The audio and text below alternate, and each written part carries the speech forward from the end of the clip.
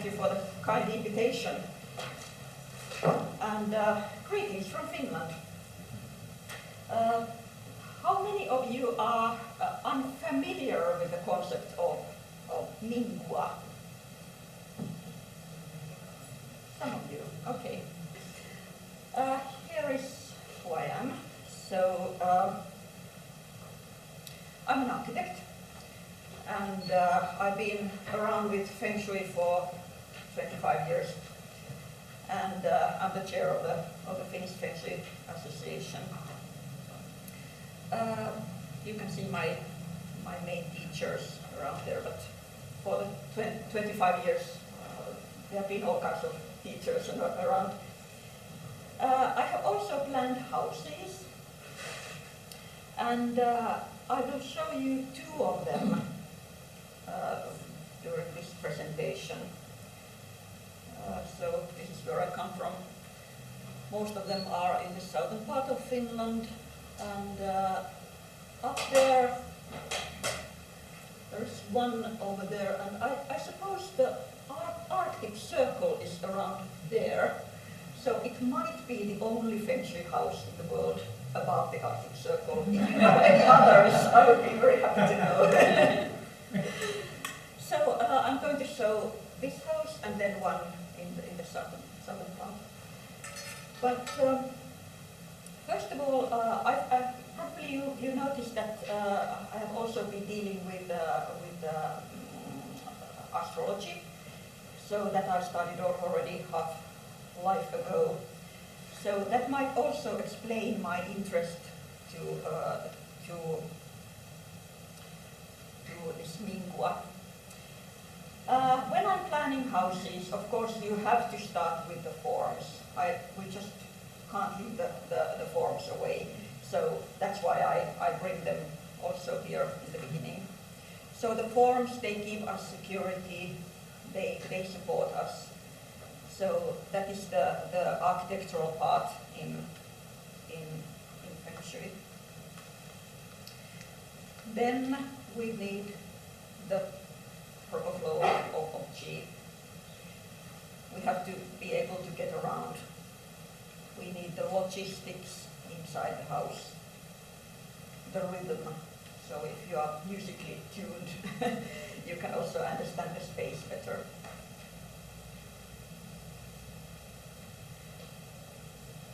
Then we'd better avoid the shachi, all the forms that are coming towards us, bad qi.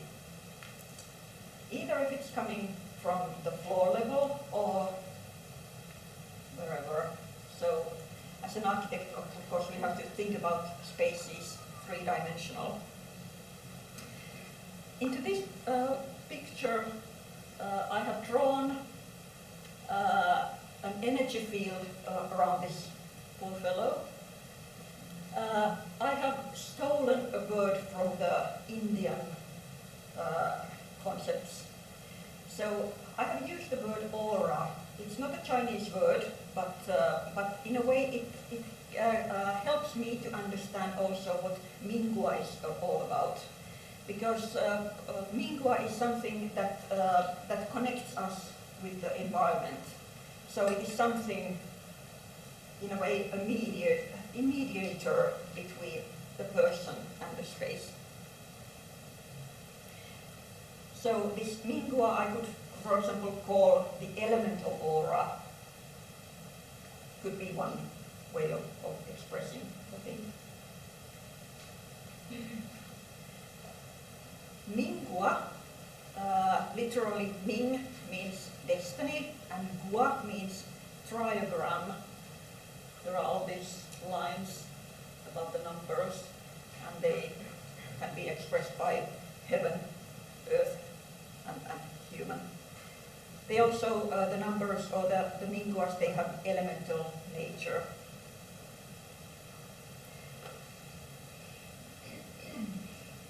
So in a way, we are all destined to have one number, one Mingua, and we count it according to our year of birth and the sex that we have.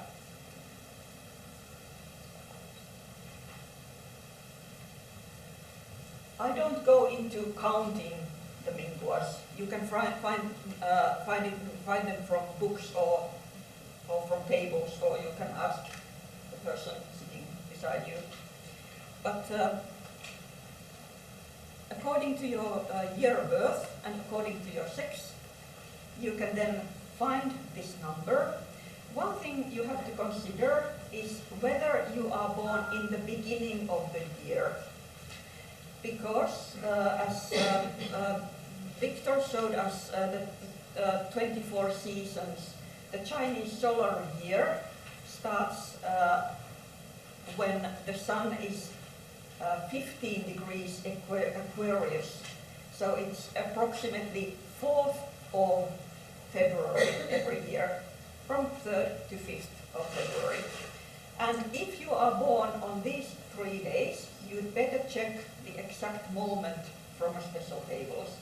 In fact, I have made the tables for you. These are made for London.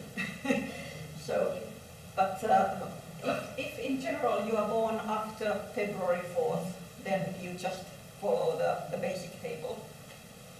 And here's the table for you to check.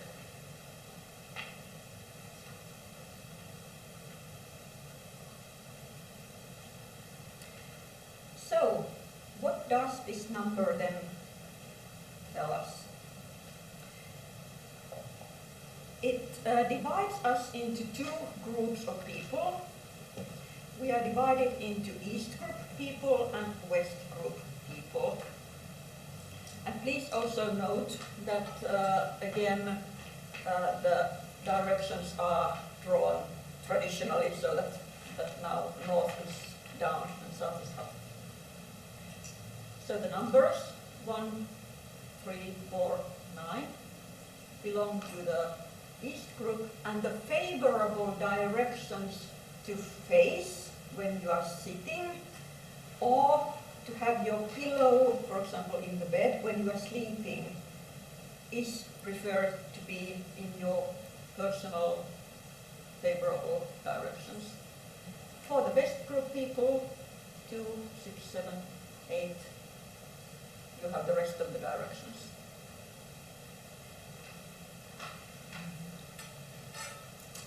So, why is this? I wish I had a Western scientific explanation for this. Many of these Chinese ideas, they have come through experience. And this is something that we have been taught, but maybe there might be something in our physiology that could explain why it is like this. Some might know about the monarch butterflies. There was somebody from the States, at least. So monarch butterflies, they migrate from Mexico to Northern America, even 4,000 kilometers. In miles, that is 3,000. Okay. And the scientists, they have found that that how they do it, they have an inbuilt inner compass that reacts with the sun, and then they have an inner clock. So it seems that that most animals they have, or we as mammals, we also have a protein called what is it called in English? Cryptochrome. And yeah, and that is connected with the magnetic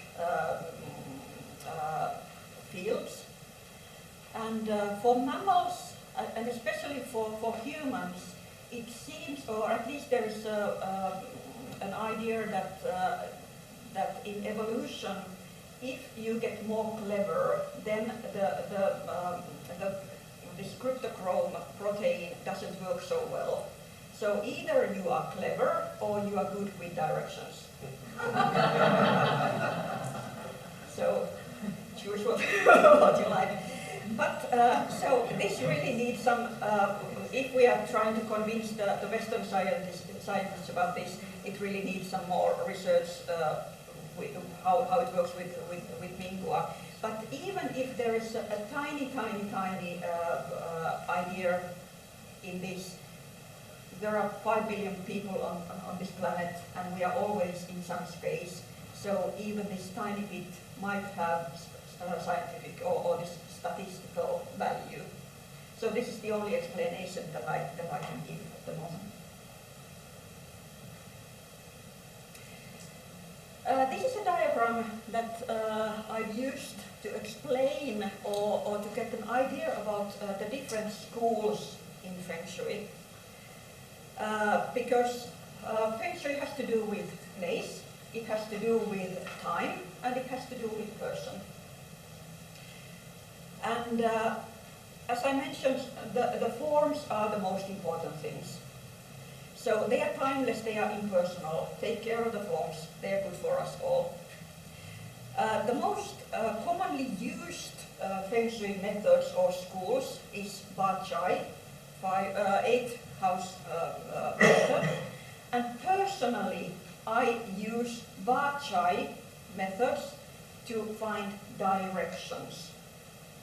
I don't use it for finding places. For finding places, I use flying stars. This is just how, in a way, I have put things into different levels. And both for Ba Chai and for flying stars, the tool to connect the person is Mingua. So here we have forms, they don't have time, they don't have person, but when we count this Mingua, we go a little bit higher on the personal level, we go a little bit further from, on time level because we use the year of birth. When we do a flying star chart, we need the time when the building was built, so again we take a step forward with time. And then when we go further, we are looking for the person, then we are going into astrology, whether it is Chinese, Western, Japanese, whatever, and then we might even slip out of the realm of Feng Shui. But anyway, the Mingua is like a glue that connects us with the space. So now we're going to show the two examples so you get an idea of what is happening in my mind when I'm designing healthy places for people to live in. These both examples are from the Finnish countryside, so welcome to the fresh air. So this place is a farmhouse by a lake. It has a cow shed, an old cow shed, not in use anymore, hen house, sauna by the lake. Of course, we are in Finland. There used to be an old house here, built in the 50s, but it was inconvenient. It had already taken over by mold. So this family, they wanted to have a new home, and so I did some sketches whether the house would be here or whether it would be here or there. So different options, and then I looked what would be the most suitable and healthy for this family. This is how it looks like. Feng Shui has nothing to do with style. This is how we do things in Finland. So for me as an architect, it's not so important to think about what the building looks like. I'm a little bit strange in that way. For me, it's most important how the building or the space feels. And in the Finnish countryside, well, it's important that the neighbors won't laugh. That's something to consider. But it suits to the environment anyway. Made of lots of wood. Here's the plan. No fireplace in the middle, except 2 fireplaces. And I don't go into the plan so much. What we're interested in is are the directions. These arrows, they show the sleeping directions, and those are the beds of the kids.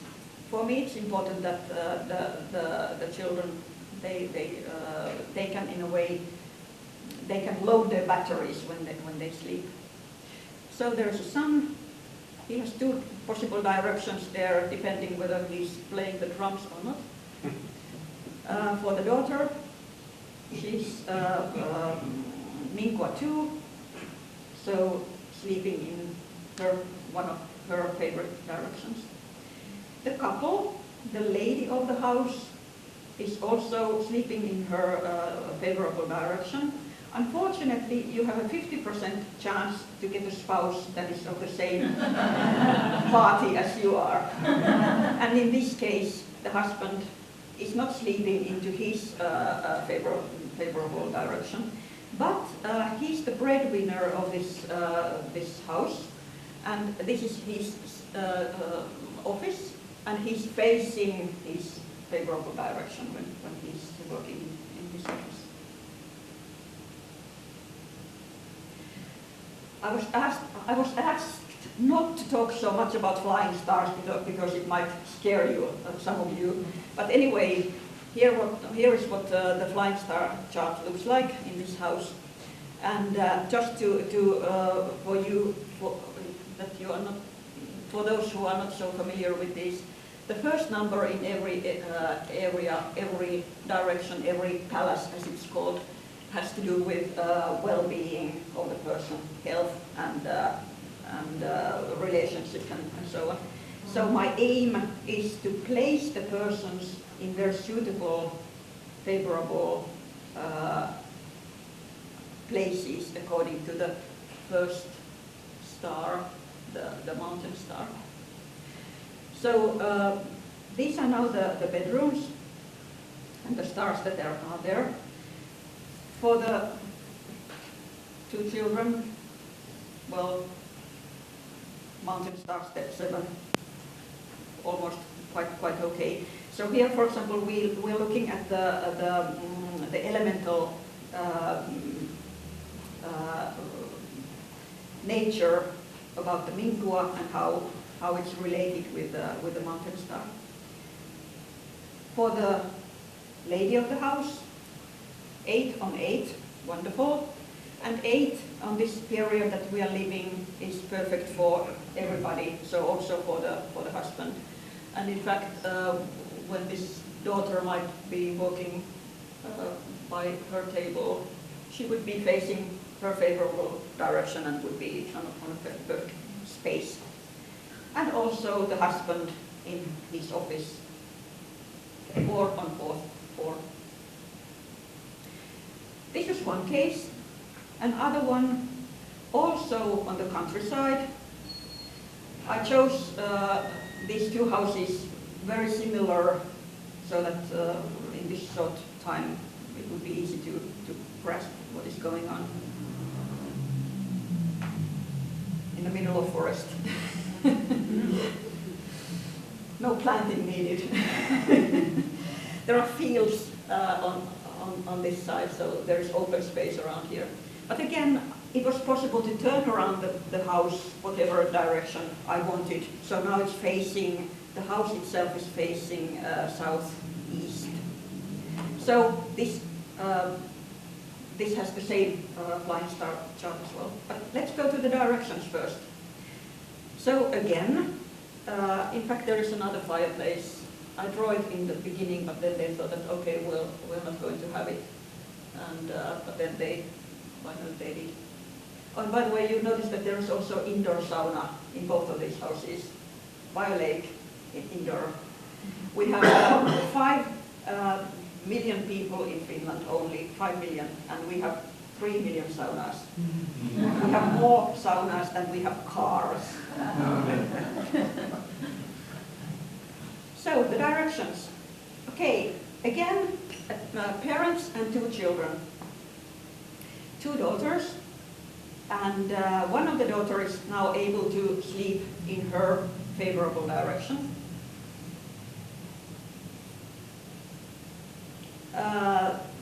Husband and wife, they are not able to grasp the direction energy unless they go to sauna and sit and sleep there or whatever. But they have this kind of office that they can all use, and because they are all East Group people, they can all face their favorable direction. So in a way, out of all these 8 possibilities, they have 5 that match them. The same flying star chart, because it was built on the same period, it's facing the same direction, but now different people.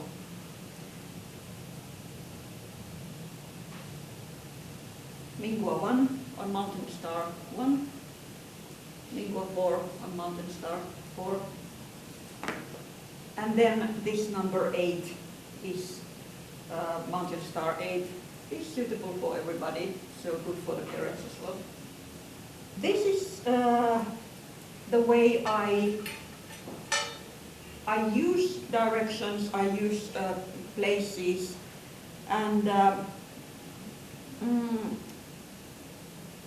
this might be something new, especially for those who have been teaching or learning flying stars from other teachers.